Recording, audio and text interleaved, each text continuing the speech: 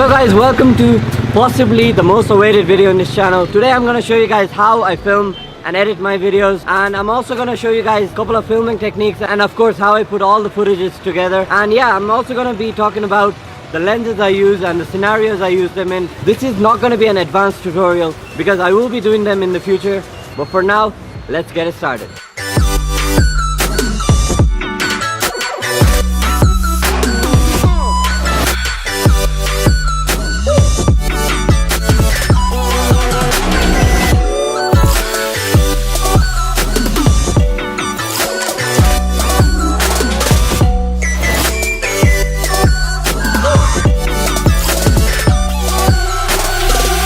Now, like I said, this is not going to be an in-depth tutorial because I will be trying to cover every single aspect you need when filming a video, from shooting to the final edit. Just for the sake of this video, I'm going to be using the Sony a7 III. If you don't have an expensive camera like this, don't worry, because at the end of the day, it's all about how you see and how you capture things. Really love this camera. It gives me a lot of options. If you're thinking of buying a camera, I definitely recommend this. First thing you want to do before shooting is checking your camera settings. I recommend you to shoot in a flat picture profile just to keep all the dynamic range and additional information together. Since I'm a Sony camera user, I normally shoot in Cine 4 under picture profile 7. This is because it kind of works for my style of color grading. If you are a Canon user, you can set your own flat picture profile by just dropping the sharpness, contrast and saturation. I also recommend you to shoot in the highest frame rate as possible, so later on you'll have the ability to slow down the footage in post-production. So, the most important aspect when you're creating a video is of course how you shoot it. You want to make sure the shot is well composed and ended with some sort of transition, so you can start planning the next shot. And this is also going to be helping you when you're editing the video. A couple of tips I'd like to give you when you're shooting the video is add some sort of motion to your shot. Since I have an option to go 120 frames, you're gonna get that really slow motion, slow smooth motion, and with the f1.8 you're gonna get a beautiful shallow depth of field. So another tip I'd like to give you is start the shot with some sort of transition.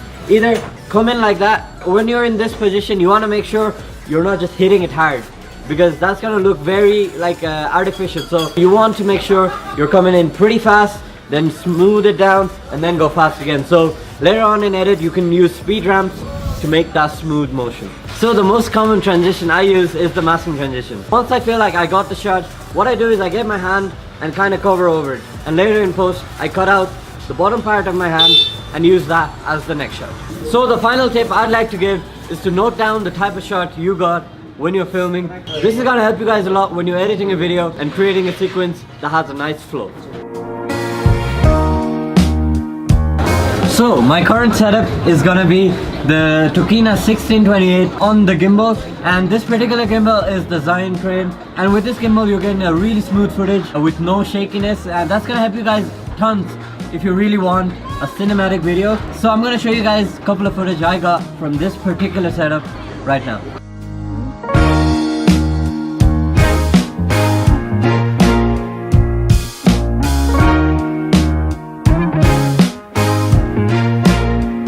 So the next lens I'm going to be talking about is the 50mm, and this is probably the lens I use most often because with the aperture of 1.8 you're getting a really beautiful shallow depth of field, and that's going to come in really handy when you're getting a close-up of people, and it could be any other objects that requires blur background, in other words. So this is my favorite lens, and it's also the cheapest lens. You're gonna find this pretty cheap in any camera store, pretty much anywhere. So now I feel like I have enough shots, so let's go back to the office where I'm gonna show you guys how I put all these footages together. Just shorter aperture ISO को कुरा बाहेक चाहिँ cinematography मा चाहिँ हाम्रो normal आइले देख्ने कुराहरु चाहिँ जहिले पनि मान्छेको लागि बोरिङ हुन्छ के. So like average height नेपालीहरुको भनेको like 5'8". So 5'8" को पर्सपेक्टिभ हामी सधैँ देखिराख्ने पर्सपेक्टिभ हो के. So it's boring Hahn. So 5'8" बाट अलिकति like stance लिएर suppose 5'2" अथवा 5 अथवा 6 भनौँ न हैन. So 6 को पर्सपेक्टिभमा गरे हेर्यो भने like कहिल्यै नदेखेको पर्सपेक्टिभ देखिन्छ के. तर मेरो फेभरेट चाहिँ like हाई भन्दा चाहिँ like लो दामी हुन्छ. मलाई मन पर्ने चाहिँ लो हो. So like ग्लाइड गर्दाखेरि पनि like त्यो जाइन उल्टो गरेर the low angle मा just perfect गर्न सक्यो भने like त्यो cinematography is done. So I'm here at the office, and the most common question I get asked is what editing software do I use? And the answer to that is I use Final Cut Pro for my basic editing, Adobe After Effects for my visual effects, and Photoshop and Lightroom for my photos. And you're probably wondering why I use Final Cut Pro over Premiere. Since Final Cut Pro is an Apple developed software, it just runs extremely smooth on my Mac. And if you're wondering what laptop I use the MacBook Pro mid 2015 with the Retina display. Don't get me wrong, I still use Premiere Pro every now and then, but I just prefer the interface of Final Cut Pro. It just looks extremely user friendly. But from my experience and what I've learned is pretty much every single editing software kind of functions the same. And I've pretty much given so much time when learning Final Cut, I don't want to go and switch into another editing software right now. Okay, so let's make a new event, and just for the sake of this video I'm going to call it Cinematic Tutorial. And the settings are 1080p. Yep, everything is good, and hit OK. So let's import some footage. So go to import media. So I'm going to select a couple of clips I got from my recent photo walk around Kathmandu, and yeah, we're just gonna take it from there. So I've selected all the clips I possibly need. Now I'm gonna put them in a timeline where I'm gonna show you guys how I make them look cinematic. So I'm not gonna really talk about how you can create a sequence. I'm strictly gonna focus on how to make your footage look cinematic. And don't worry, because I still have a couple of more tutorials coming out soon about how you can create a sequence and visually tell story. So I have all the footage imported into the timeline, and the first thing is first, you wanna find the right music. And this is probably the most trickiest part for me as a filmmaker, and I'm sure pretty much all the other filmmakers can relate to that. And I personally use Epidemic Sound for all my music, and let me tell you guys, it has made my life so much easier. I don't have to search all over the internet for right music, right sound effects. It's all in there, all in that website. And if you can afford it, please do get it, and you're not going to have any issues with copyright if you use music from there. So what I'm gonna do now is pretty much change the speed to around 30%. It's playing at such a smooth pace, and it's really making the most out of those 120 frames that you shot originally. So first things first, I'm gonna apply some color correction before I start grading this footage. And I wanna kind of create a warm, friendly type of look in my video, and how I can achieve that is by increasing the temperature and by increasing the saturation of midtone slightly and shifting the color to slight oranges, bringing the shadows to kind of blue. This is gonna really lift up those skin tones. So normally what I like to do is kind of lift the midtone slightly. So you want to give it a slight crush to the shadows just to bring up those contrasts. That looks pretty good. And let's see before and after. As you can see, we've kind of created this warm tone in his face, and that's gonna look really nice when you color grade the footage. So for this particular shot, I want a pretty similar look. I'm gonna open up the color panel again and bring up the temperature slightly. You don't want to do it too much because it's gonna look too yellowish.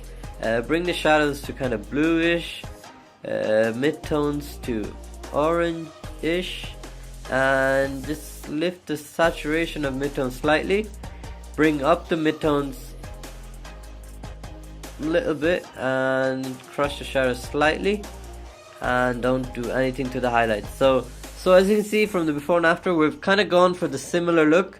And we want to make sure the look is kind of consistent. You don't want one shot extremely cold and another shot look extremely warm. That's just not gonna work. And yeah, you want to remain consistent throughout the video. Okay, so I'm done color correcting all this footage. Now I'm gonna start color grading, and I like to color grade using a LUT. So if you don't know what LUTs are, it's basically just a preset. Like, that's the easiest way to put it. It's basically just presets, but you can make so much changes when you apply them. So I use different type of LUTs depending on the type of look I want in my videos, but most of my LUTs are from this website.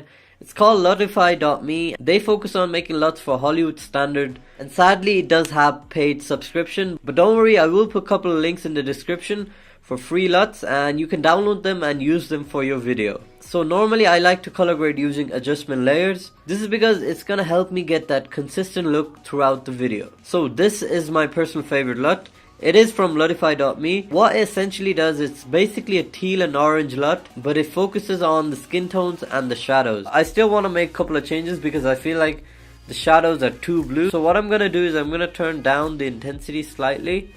So go back to our panel Let's bring the saturation up so we can really get that skin tone out, and let's bring the temperature up a bit more.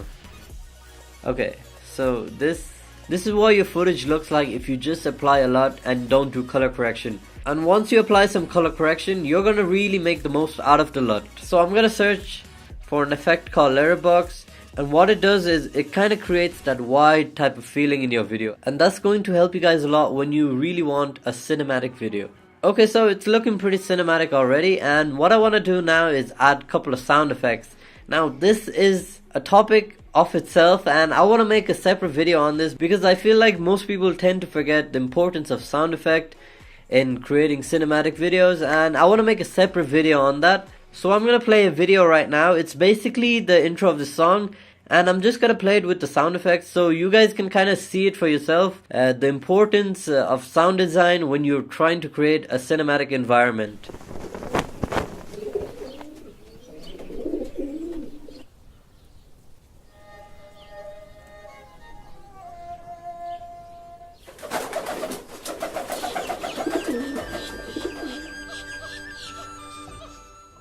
So that's pretty much it. Now all that's left to do is to export your video. I know you're probably thinking this tutorial went so fast, and yeah, I did skip a lot of things that you possibly need to create a video. I will be doing a lot of tutorials in the future, and if you have a specific effect or any of the video that you want to learn, then please do let me know. So that is pretty much it for this video. I'll see you next Wednesday again, and it's probably going to be another vlog.